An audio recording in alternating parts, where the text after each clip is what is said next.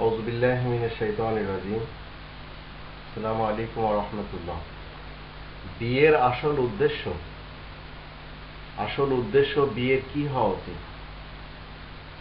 একজন মানুষ বিবাহ করবে শুধু কি তাদের দৈহিক চাহিদাই পুরা করতে হবে? এবং যারা পৃথিবীতে দৈহিক চাহিদা পুরা করার জন্য বিবাহ করে সেটা কি আদৌ ঠিক? কোরআনী ব্যাপারে যদি আমরা দেখি তাহলে 4 নম্বর সূরা আন-নিসা এর 24 নম্বর আয়াতে আমরা এখানে দেখতে পাই বিবাহের আসল উদ্দেশ্য কি। আল্লাহ বলছেন, ওয়াল মুহসানাতু মিনান নিসাই ইল্লা মা মালাকাত আইমানুকুম কিতাবাল্লাহি আলাইকুম ওয়া উহিল্লা লাকুম মা ওয়ারা'a যালিকুম আন তাবতাগু বিআমওয়ালিকুম মুহসিনিনা গায়রা মুসাফিহিন ফামাসতামতা'তুম বিহি মিনহুন্না ফাআতুহুন্না উজুরাহুন্না ফারিদা ওয়ালা জুনাহা আলাইকুম ফীমা তারাদাইতুম বিহি মিন বা'দিল ফারিদা ইন্নাল্লাহা কানা আলিমান হাকীমা। এখানে মূলত আল্লাহ বলে দিচ্ছেন যে বিয়ের আসল উদ্দেশ্যটা কি হওয়া উচিত। নারীদের মধ্যে সবাই স্বয়ংসম্পূর্ণ এবং সম্মানের অধিকারী। প্রত্যেকটি নারী তারা সবাই স্বয়ংসম্পূর্ণ এবং সম্মানের অধিকারী। তবে বিশেষ বন্ধনে যারা তোমাদের সাথে বিবাহে আবদ্ধ হবে তাদের কথা আলাদা।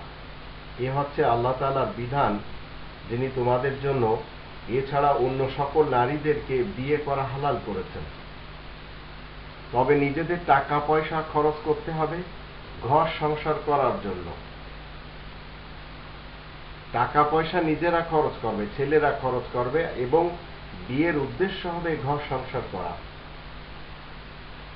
শুধু দেহের ক্ষুধা মেটানোই যেন তোমাদের উদ্দেশ্য না হয়।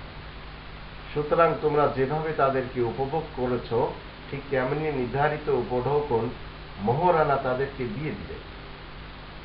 একবার ধার্যকৃত মোহর ঠিক করার পরে তোমরা যদি নিজেদের খুশি মতো কোনো পরিমাণ ঠিক করে নাও, অন্য কোনো পরিমাণ, তাহলে তাতে তোমাদের গুনাহ হবে না। নিশ্চয় আল্লাহ সবকিছু জানেন, তিনি বড়ই কুশলী।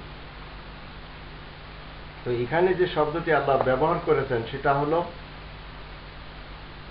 মুহসিনিনা গায়রা মুসাফিহিন। দেহের ক্ষুধাই যেন মেটানোর উদ্দেশ্য আসল না হয়। আসল বিয়ের উদ্দেশ্য হলো তোমরা যেন ঘর সংসার করতে পারো।